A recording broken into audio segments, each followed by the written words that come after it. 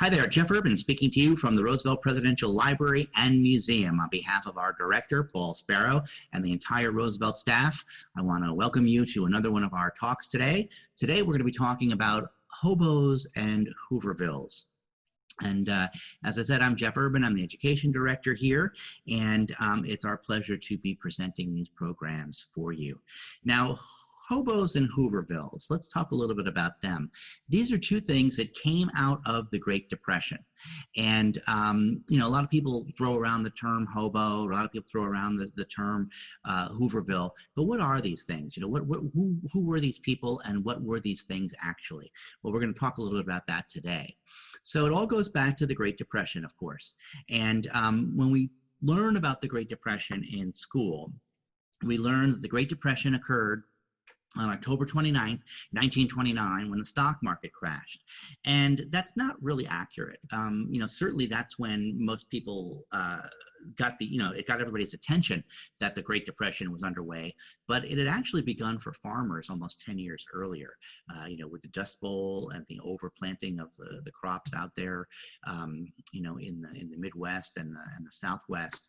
The farmers were really hitting on hard times with the drought conditions that were occurring. Now, why that's important is that 50% of the population were farmers at that time, and so if you got 50% of your population having that kind of an economic problem, it's going to have an impact on the rest of your economy. So yes, we can point to October 29th, 1929 as an indicator of the Great Depression, but it had been going on for much longer than that. Also, we like to talk about the Great Depression as if it was an economic problem, and it was an economic problem, right? You know, stock market crash, people were losing their jobs, people were losing, you know, their homes, but it was really, you know, not just an economic situation with 25% unemployment and 1,000 banks closing each day and those sorts of things. It was really a social problem as well. Families tended to split up. If you had a 17, 16, 17, 18-year-old boy at home, you might ask him to leave the house because there just simply wasn't enough money to feed him and you know, baby brother or sister. If you had a grandma or a grandpa who were living on their own, they might move in with you simply because, you know, you could pool resources and it would, you know, work a little bit better. So the family dynamics changed a lot. Sometimes the dads would go off looking for work as well, and it was left up to mom to hold the family unit together. So it was a social problem as well, and it was also an emotional problem. You know, people lost their jobs, and when you lose your job, yes, you lose a paycheck. There's definitely an economic impact to that, but you also lose an important part of your identity. You lose an important part of who you are, right? We identify ourselves by our jobs. I'm a banker, I'm a lawyer, I'm a bus driver, I'm a teacher, you know, whatever it is. So if you lose that job, if you lose that occupation, you lose a big part of who you are and how you define yourself. So the Great Depression was a terrible, terrible time. You know, sometimes people would leave their children at post offices or sign them into orphanages because they couldn't feed them. That's how terrible things were. And so combining this idea of it being an economic problem, a social problem, and an emotional problem gives you a better understanding, I think, of just how much of an impact this Great Depression had on people. And in fact, when the Depression was over, some of those feelings, those emotions, those actions that people took stayed with them, those attitudes stayed with them the rest of their lives. That's how much of an impact that it had.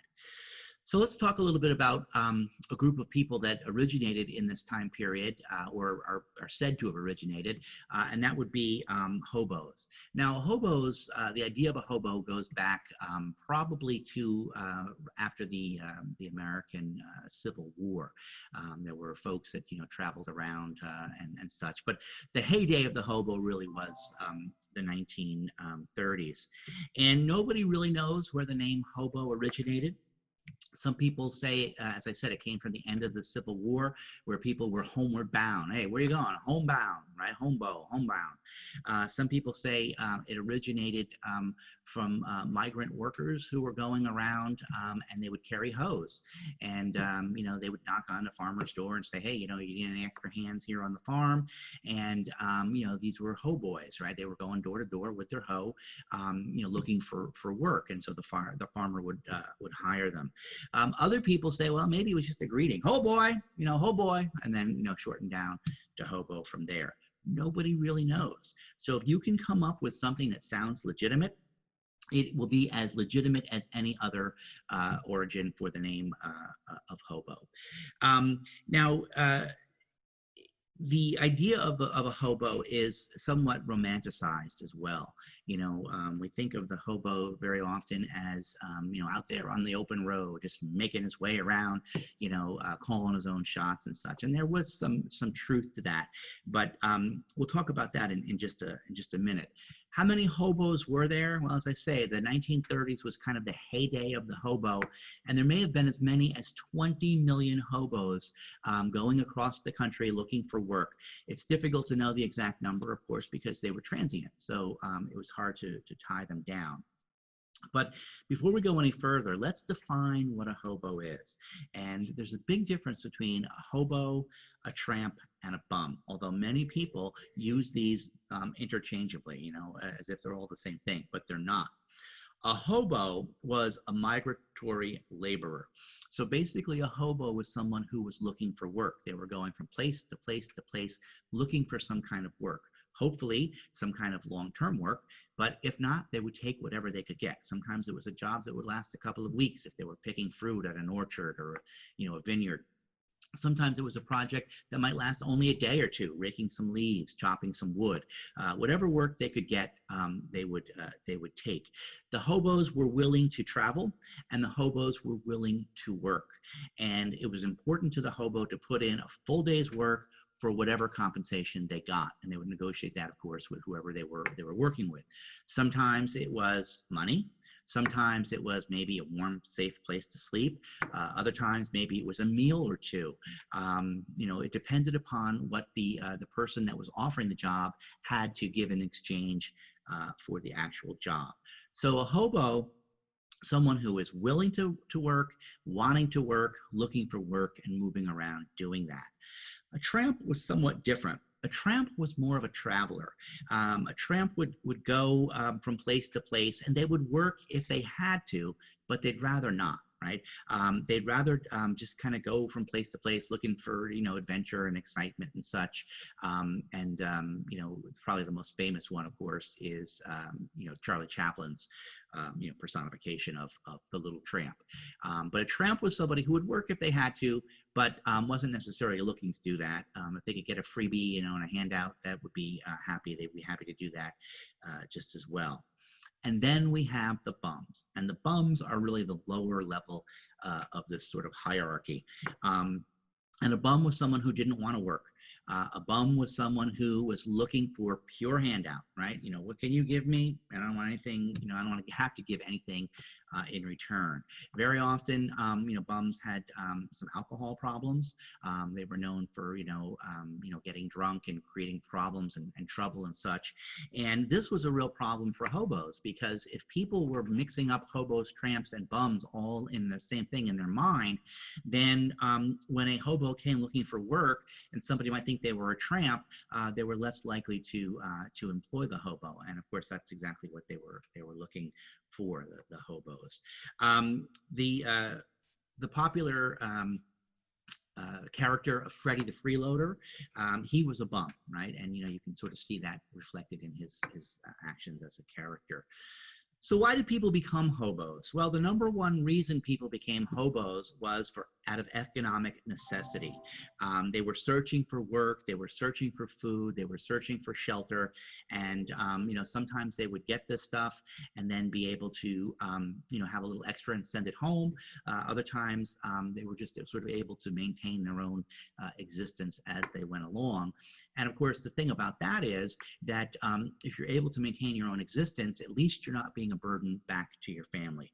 So economic necessity, number one reason why people became hobos. There were also some who became hobos for the adventure, right? The freedom of the open road, the ability to call your own shots, come and go as you like, be your own boss. That's sort of the romanticized version that we have of hobos over the course of time. And then the third reason that people became hobos was for escape. Sometimes they were trying to escape from the law. Sometimes they were trying to escape from abuse. Sometimes they were trying to escape from a lack of opportunity, which of course goes back to this idea of economic necessity. So lots of reasons why people left, but primarily they were looking for a better life in terms of economic ability. Now, the hobo's life is romantic in culture, but it was anything but romantic in real life. It was an incredibly hard life to live. You were traveling around constantly. You were exposed out to the elements. You were hopping on a freight train that might be moving at 5 or 10 miles an hour. Very dangerous. The opportunity to lose life and limb always with you when you're jumping on this giant piece of machinery or jumping off of this giant piece of machinery. And the hobos would ride on these cars, on train cars, going from city to city, town to town. And that's basically how most of them traveled. Riding freight trains was very, very dangerous.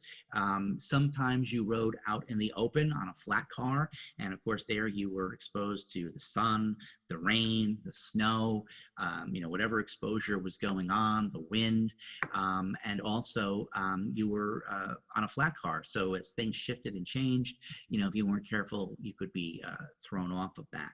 You were also very vulnerable and visible to what were called bulls.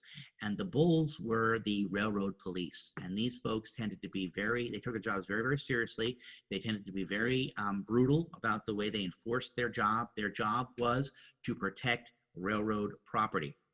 And if you were a hobo traveling on that train, you were trespassing. And so they felt very within their rights to, beat you up, hit you, sometimes shoot you on sight, or throw you off the moving train, right? You weren't supposed to be on there. Babe, sorry, pal, you weren't supposed to be on here.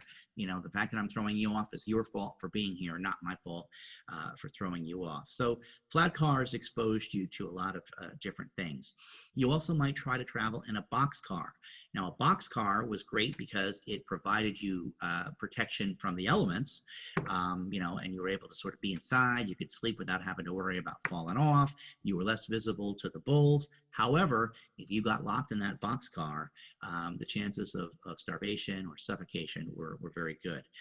If you were in a car that somehow got off to a siding and maybe didn't get moved for another 3 or 4 days, you might be out there in the blistering sun in that exposed box without a whole lot of circulation of air and such. Sometimes you would ride on top of the boxcars, which had its own set of dangers. Again, you're exposed to the bulls. There's a danger of underpasses. There's a danger of branches, and there's always a danger of falling off. But riding the rails meant riding on a car in one way or the other. And hobos knew you never rode on a car with pipes, because pipes tended to roll and shift as the train was moving along, and there was a very easy opportunity for you to get crushed. You also didn't tend to ride between the cars because the couplings would go back and forth. There was always some give to those, and that was a dangerous place to ride as well. So you tried to get on one of these things, and you sort of took your chances, whether you were in a flat car, a box car, on top of the car, however it was. There were also folks who, maybe you've heard the expression riding the rods. And riding the rods was even more dangerous. And the rods were large steel basically rods that were underneath the train in a cross section to give torque to the car, and they were underneath between the sets of wheels. There were these rods, and they were easy to get onto when the train was stopped. So if the train was in a yard, you could easily get on the rods. But now you are, so if there was like a locked box car, you didn't want to be on a flat car, you could get on the rods. The rods were incredibly dangerous because you're basically traveling under a train, hanging on to some steel rods, just, inches from the the grade going past as the train was moving along. If you fell asleep and let go, you would be killed, no doubt about it. So riding the rods was very, very dangerous. The bulls, as I said, they were out to get you, right? They had very little sympathy. They had jobs. Their job was to protect the railroad property. And so they had very little sympathy for the hobos that were moving through and would toss them from the train. There were also some unsavory hobos. There were people out there riding the rails who were looking to get over on people, right? Who were looking to take advantage of people. That's not the predominant number of hobos. Most hobos were just people looking for work, trying to work their way through, and we'll talk a little bit about the hobo code in a minute. There was a code these hobos lived by. But you're always going to run into somebody out there who's looking to take advantage of you, to rob you, or to steal from you, or to abuse you. So you had to be careful with who you came into contact with while you were out there riding the rails.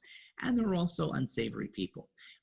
There were people who looked down upon you. There were people who said, well, you're just a hobo.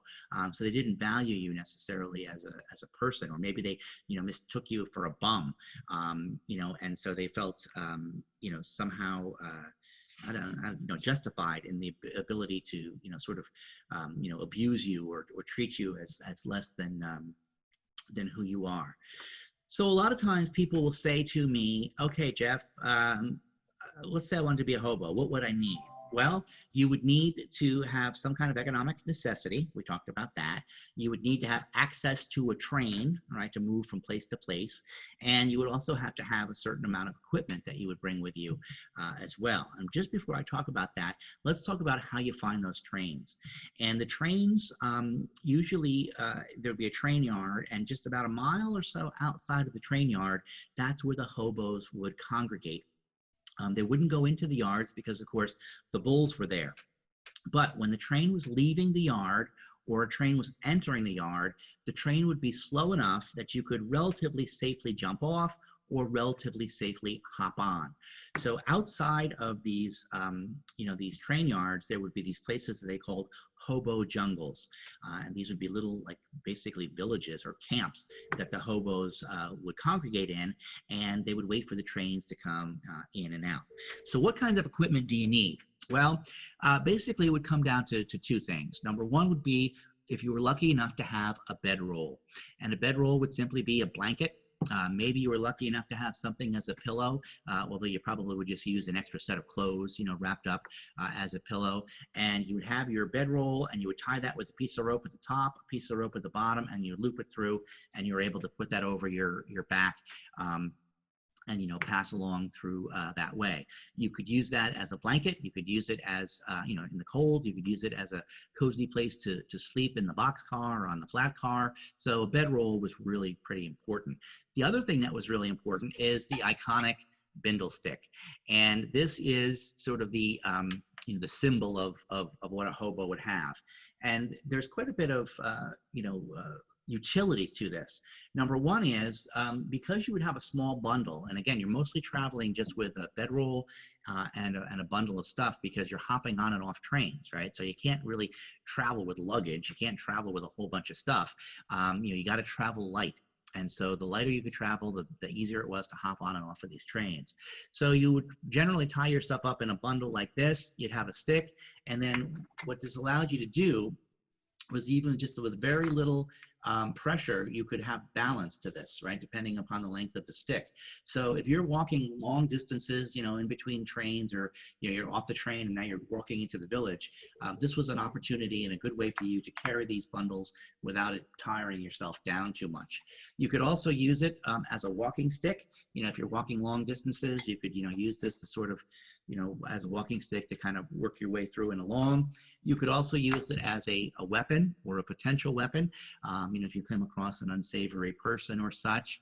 And you could also use it as an opportunity to pull onto a train, or have somebody pull you on, or pull somebody onto a train, as a device helping you get on that way. So the Bindle Stick had a lot of utility.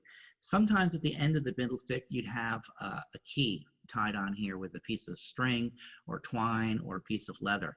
And the idea of the key was that you were a hobo, right? You had a home, you just weren't able to make a living, in your hometown. And so a lot of hobos would have the key to their front door, and they would carry this with them as a symbol and a reminder that someday I'm going back home. Someday I'm going to get back to, where I came from. This is just a temporary thing. I'm not a hobo for good. I'm a hobo for the time being. So the key, really important to remind them of that. But let's take a look at what you might find in a hobo's Bindle Stick here, okay, in the actual bundle. So they would tie this up in a kerchief or a handkerchief or a piece of cloth or an extra piece of clothing. And in here, you're going to find some items. Let's take a look at what you're going to find. Well, you might find something that looks like this. And this was a way for them to get water. It's just nothing more than a can with a string tied to it. It's been pierced through here with a hole somehow. And you would use this to get water. So if you were going to go to, a pond or a stream or a lake, you tried not to get wet, right? Once you got wet, especially in the fall or early spring, you would stay wet, right? The only way to dry out was just through natural, drying out, which in the meantime is going to leave you pretty cold. So to keep your feet from getting wet, to keep your sleeves from getting wet, you would drop this into the stream, hit the water, pull it up. Maybe not flipping like that, but pull it up like that. Of course, it would have weight in it, so it would be easy to do. And then you had access to some water. So you always had something like this with you because you didn't want to dehydrate along the way. You also might have some matches, okay, because you're going to light a fire when you get to the hobo village, to the jungle. To keep warm, to have some light, maybe to cook some food. And so a way to start a fire was always a good thing to have. You also might have, carry with you, a deck of cards. And the cards would be used for recreational purposes, right? You wouldn't gamble with these because the last thing you want to, first of all, you don't have much to gamble with. And the other thing is, the last thing you want to do is, get on the wrong side of somebody when you're out there, kind of on your own and in the wild. So you would use these cards to play cards with other hobos, or maybe solitaire with yourself, to pass the long, lonely hours of waiting for work to come by. You also might have a piece of fruit. So if you were working for someone and they paid you with food, you would very rarely eat the food all at once while you were right there, because you never knew where your next meal was going to be coming from. So if someone paid you with fruit, if someone paid you with food, you would eat a little and save a little for along the way. Now this would come in very handy back at the hobo jungle, because the hobo jungle each night would feature what was called a mulligan stew. And so the hobos would live in this jungle, this village, and during the day they would go out and they would find work, hopefully, and then they would come back and they would create this mulligan stew. And the part of the hobo code there was that you could have access to the stew if you contributed to the stew. And you generally got 1, maybe 2 days of leeway. Right? So if you went out and you couldn't find any work, and you came back, you didn't have anything to contribute to the stew, they'd still let you eat that day, maybe again the next day. But if you went more than 2 days without bringing in, chances are you're going to be considered to be a bum. So whatever it was, you would bring it back, and maybe you wouldn't put a pear in the stew, but you might slice this up and share this with some of your fellow hobos, as a dessert item. But if you got tomatoes or eggs or anything like that as payment, all that went in to the hobo stew. You might also, you know, carry a little candle, again, just for some lighting if you're in a boxcar. You know, you got to be very careful with this because you don't want to set the car on fire. So you would use this, you know, sort of as a sign of last resort. You also might carry a Bible with you. And the Bible was carried by hobos in part, you know, for what the Bible is intended to do, which is, you know, give you aspiration and, you know, positive thoughts and things. So you might use it for inspiration. You also might use it as a bit of a political prop. So if you go looking for work and someone sees you're, you know, a Bible reader and you're a man of the word, then they're probably going to be more likely to, you know, feel good about hiring you, you know, to do a little job around, you know, the place, as the case may be. You also might carry a piece of coal. And I think, why would I carry coal? Oh, sorry, we got a little blackout there. I might have to light that candle. The coal would be carried with you because the idea was that coal was very readily accessible, right? The trains were running on coal. And with this coal, you could make markings. And that was where another part of the hobo code came in. So you could use this to scratch etchings and things on a sidewalk, on the side of a barn. And we'll talk about that more in just a minute or two. You also would carry a pocket knife. And this tool was indispensable because it allowed you, you know, a knife blade that you could open cans with. It allowed you a little bit of protection. You could cut up your pear and share it with the other hobos. You could whittle time away, you know, by actually literally whittling. You could use this knife blade to make markings in fence posts and things with the hobo code, which we'll talk about in a second or two. And, you know, it offered you a little bit of protection. If anybody did mess with you, at least you had a little bit of a blade that you could, you know, sort of fend them off with and such. And then the other thing hobos would very often carry would be a can of beans. Beans were the sort of go-to meal for hobos. And that was because they were small, they could fit in your bundle, and you know, you could open the can with your knife, you open it, bend over the lid, you'd have a little handle, put that over your fire, and you know, you got yourself a meal. And the can of beans always, according to hobo tradition, always had no more than 239 beans per can. And the reason you only had 239 was because if you went to one more, it'd be too farty. Okay, so you also might have a flask that you'd carry with you. And this would be for warmth purposes, right? Keep you warm, you know, in the cold nights, or maybe a little bit of, you know, pick me up here or there. You also could use it maybe, you know, to sort of a painkiller, you know, kind of thing. If you know, had to take a splinter out or something like that. This was not a huge thing for hobos because remember, hobos were not generally drunks, right? They were looking to work, they were willing to work, and you did not want to show up at a potential job smelling like liquor. Okay, so you would use this probably back in the you know, in the jungle, just as a little nightcap for yourself. You got to have some fun through the course of the day. So you put all this stuff together and you've got yourself a bindle stick, and you can go from place to place, town to town, and you've got a lot of the things that you're going to need in order to survive. So you need economic necessity, you need a train, and you need some of this hobo equipment. Now, a minute ago, I mentioned the hobo code. There were two types of hobo codes. One was an ethical code. And again, this speaks to the fact that these hobos were, you know, people that were looking for work. And so the hobo ethical code consisted of always doing a full day's work for a full day's pay, whatever that might be. So if you say you're going to sweep out the barn, you sweep out the barn like nobody's business, and you do the absolute best job that you can. You do this for two reasons. Number one, because that's going to put you in good stead with whoever asked you to sweep out that barn, and you might get a little extra handout. And the other thing is that these hobos understood that there were many of them out there, right? They had these villages, these jungles, and as they traveled across the country, there were literally, I could say, maybe 2 million of these folks. And so they understood that they needed to do a good job wherever they were, because after they left, another hobo would come through. And so if you cheated someone, if you took advantage of someone, the next hobo that came along would have a much harder time. So you always did the best job you could for what it was that you were getting your handout for. You also, when there was no employment available, then you would just sort of hang low, right? You didn't just hang around in town, looking like a bum or making a nuisance of yourself. When you were in the jungle community, you always pitched in, right? You wanted to pull your own weight. You wanted to be a valuable member of that society. When you were on the train, as much as possible, you acted like a member of the crew. Now, the bulls were there to try to get you off, but the other, get you off the train and get you out of the way and off the property of the train company.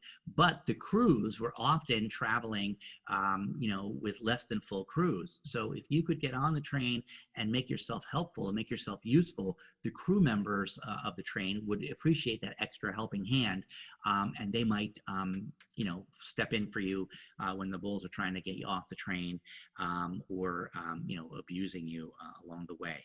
You always helped fellow hobos, because fellow hobos were people just like you, just like you, that were in need, that were looking for a way to make a living, looking for a way to get home. You also always tried to keep yourself as clean as possible, and the hobos refer to this as boiling up. So every chance you got, you would boil yourself up, which basically meant, heat up some water and clean yourself up so that you looked presentable, that you didn't look like a bum, that you look like someone that, might actually be employable. And the basic idea of the hobo code was to be kind, right? You're out there, you're looking for work, and, it's a value for value. It's a win-win. You do the work, the people get the people get the work done for them, and you get some kind of a handout. My grandmother said that during the Great Depression, her mother ran a boarding house just outside of Maybrook, New York, which was a big rail hub. And hobos were constantly coming to the back door looking for some work to do. So my great-grandmother might give them an opportunity to cut some wood in exchange for a sandwich, or beat the rugs, in exchange for sleeping in the carport or the barn that particular night. So again, looking for work, looking for something in exchange. That was the hobo code of ethics. But there was also another type of hobo code, and that's where the knife and the coal come in handy. Because what these hobos would do is they develop their own special way of communicating with each other, and they would leave messages for each other as they travel through towns, so that the next hobo that came through could look for these messages, these symbols, and they would know something about the town, right? You're traveling on these trains, you're going to places where you don't know anyone, you don't know anything that's going on in these towns, you're coming in completely blank. So if you can come in and get some advice left by a hobo who had been there before, that was very, very useful to you. And so they created this entire code, and it was basically made up of symbols. So this symbol, looking like a banana with a plus sign on the end, this meant dishonest man. So if this was scratched on the sidewalk, etched in coal out in front of the sidewalk, or scratched in the fence post with a knife, then you knew that you were likely to be given a job working with this person, but you might not get the payoff. Okay, it was dishonest person. Oh, sure, go over there and rake up them leaves, and then that'll be great, and then I'll pay you. Give you a sandwich on your way, but get the leaves done first. Well, if you saw this kind of symbol, you would want to make sure you had the sandwich first before you did the leaves, because chances are this dishonest man wasn't going to pay you. A symbol like this meant man with a gun. So if you saw this, you were on your extra guard, extra careful. This meant good water. So if you saw this carved on a tree next to a stream, you knew that that was good water. You could use your cup to get some water from there. This meant they'll let you sleep in the barn. So if you saw this by a farm, or a work shed, they would let you sleep in the barn if you saw this symbol there as well. This was a symbol for good for a handout. So I have a feeling that this symbol was probably carved somewhere near my great-grandma's boarding home, because she was always looking for folks to help her out with some work, and they were always coming from the jungle to do that. So good for a handout, pretty good for this one here. I want to share with you one that is relatively, it might be familiar, more familiar to you. Where is it? Oh, here they are. This is one that you may have seen. This is actually kind of popular among popular culture now. And this is kind-hearted lady. So this might have been another symbol that was near my grandma's boarding house. And now you'll sort of see this in some of the magazines you send away for, as a kitchen, decoration and such. So if you think your mom or your grandma is a nice kind-hearted lady, you might buy this symbol for them. But it's kind of a cat with two feet in the front, a tail in the back, and big ears. So kind-hearted lady. This was something you would look for. And then this meant that the person was wealthy.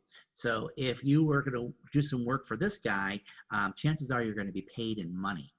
Not food or a place to stay or a place to sleep. So this was an important thing to look out for as well. So that's the hobo code, and there were hundreds of symbols. Each area of the country had even its own sort of dialect as to what these codes might mean. Generally speaking, hobos were looking for work. You found them a lot down in the south part of the country and the western part of the country because the weather was better there, and so if you're going to find yourself without a place to live, you're going to want to be in the warmer climate. Who were some notable hobos? Well, I've got a little list of some folks who started off as hobos. Jack Dempsey was a hobo. Woody Guthrie spent some time as a hobo. Jack Kerouac, no surprise there, spent a little bit of time as a hobo. The one that surprised me the most was none other than Art Linkletter. Spent some time as a hobo during the Great Depression. So that show that he had, kids say the darndest things, may very well have been hobos say the darndest things. But those were some folks who, again, looking for work, getting back on their feet, and then off they go, and there you are. So that's a little bit about the hobo culture. Fascinating time in American history, fascinating group of people, and there's still some of them out there. If you ever get an opportunity to talk with someone who was a hobo, you're going to learn a lot of interesting things about how to survive on the road, how to think on your feet, and how to be very, very resourceful. The second part of our talk is about Hoovervilles, and a Hooverville was basically a shanty town. And Hoover, of course, was the president when the Great Depression sort of struck. And he happened to be the wrong guy in the wrong time and the wrong place. As all these forces sort of joined together to create the Great Depression, Hoover happened to be president and was caught off guard. And even though he did the kinds of things that he did, he did try to have some programs and things, to alleviate the suffering during the Great Depression, most of these things were too little and too late. And so Hoover really historically has gotten the blame for the Great Depression. And the term Hooverville was actually coined by Charles Mitchelson, who was the publicity chief for the Democratic National Committee and in Chicago. And it first appeared in the New York Times in 1930 to describe a little town of shacks that had developed just outside of Chicago. And there's always been homelessness, of course, there still is today, but these Hoovervilles were, again, the result of the Great Depression and very, I don't want to say popular, but certainly prominent during that time. As people lost their homes, they couldn't afford to pay their mortgages because they had lost their jobs. And so in cities all across the country, these little shanty towns would spring up. And I want to share a couple of pictures of you. Oh, here, by the way, is, just let me go back to this. Here's a picture of a hobo family. Now, here's a mom and a dad and the two kids. The mom looks a little embarrassed there. She doesn't want her face shown.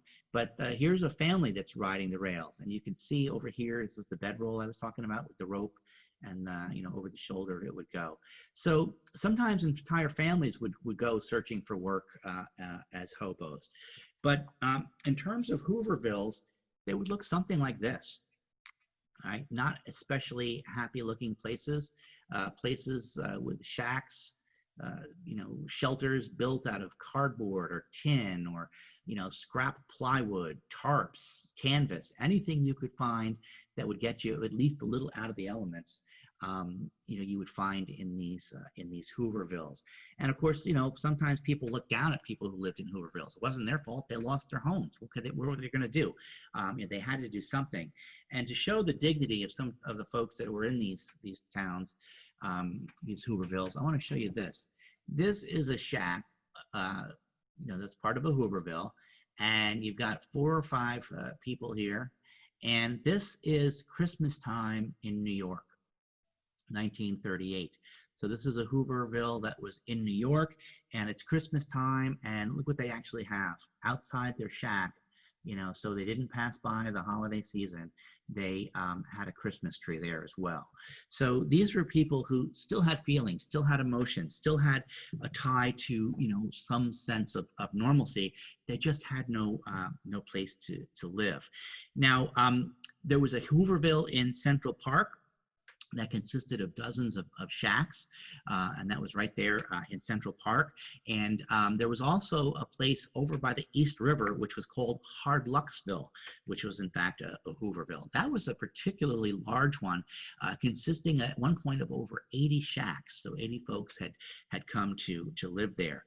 There was a Hooverville outside of Seattle that lasted for 10 years, from 1931 to 1941, and had maybe as many as 1,200 residents at the peak of its occupancy. Now, in May of 1933, in response, I should say, to these multiple Hoovervilles, the New Deal created a program, the Federal Transient Service. And what they did was they came in, they started to provide shelters for people, provide food and clothing, some very simple medical care, some training and education, so that they could, get out of these shacks and into at least some kind of standardized housing, and begin to work their way back into proper working society as the jobs were becoming more available. Hoovervilles had their own governance. There was often a mayor of Hooverville who was elected by the residents. They had their own little Hooverville councils. So if they were going to, pass laws or pass rules of living in the Hooverville, these councils would go ahead and do that. They were located, as I said, primarily in the warmer weather areas, the South and out in the West. And in fact, California had such a problem with Hoovervilles that they actually, Los Angeles, had a thing that they called, came to be called the Bum Blockade. And the idea of this was that the LA police chief, a guy by the name of James Two Gun Davis, with the support of the Chamber of Commerce, with the support of public officials and the support of the railroad officials and some state agencies, set up roadblocks at 16 major points of entry into Southern California for people who had no visible means of support. So if you were coming looking for work and you had no visible means of support, and you didn't have a cousin or an uncle or somebody there that could vouch for you that they were going to give you a job, you were turned away. And of course, this led to a great number of Hoovervilles being built just outside of these stopping points.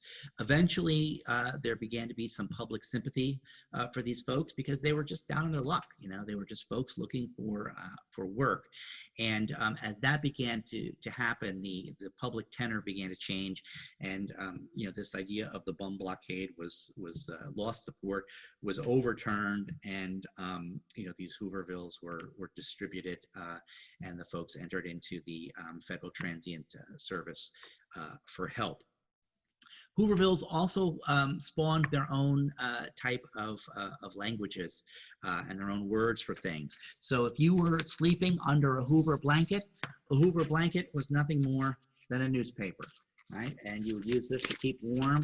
These were readily available. You could find them pretty much any place, and that would give you at least a little bit more warmth. It's not as cozy as a nice blanket would be, but it was better than sleeping out in the elements. So Hoover blankets. You might repair your house with some Hoover siding, which was nothing more than cardboard. and cardboard would keep the wind out and would repel the rain a little bit. If you had a hole in your shoe, you might repair that hole with what was called Hoover leather. Again, nothing more than cardboard, right? Readily available. You can find this, boxes and things, and this would at least give you some protection between your foot and the actual ground. If you saw a horse and cart being pulled along, that was called a Hoover wagon, because people couldn't afford cars anymore. They couldn't afford the gas, so you might hook up an old horse, an ox, thing like that, to a cart and be able to move along there in your Hoover wagon. And at the end of the day, whereas the hobos would go back to the jungle for their mulligan stew, the folks of Hooverville would go back to Hooverville for Hoover stew. And Hoover stew was nothing more than a watered down soup or a watered down stew. And so, you might put, a small piece of ham, plenty of water, maybe some cabbage or whatever else you're able to get your hands on, and that would become your dinner, for that night, Hoover stew. So what we try to do today is to give you a little bit of a taste of what some people were going through during the Great Depression in these sort of little micro communities, whether at a Hooverville, a Hoover village, or as hobos. Hobos have become sort of romantic over time, this idea of out there riding the rails, being your own boss, but it was a hard life.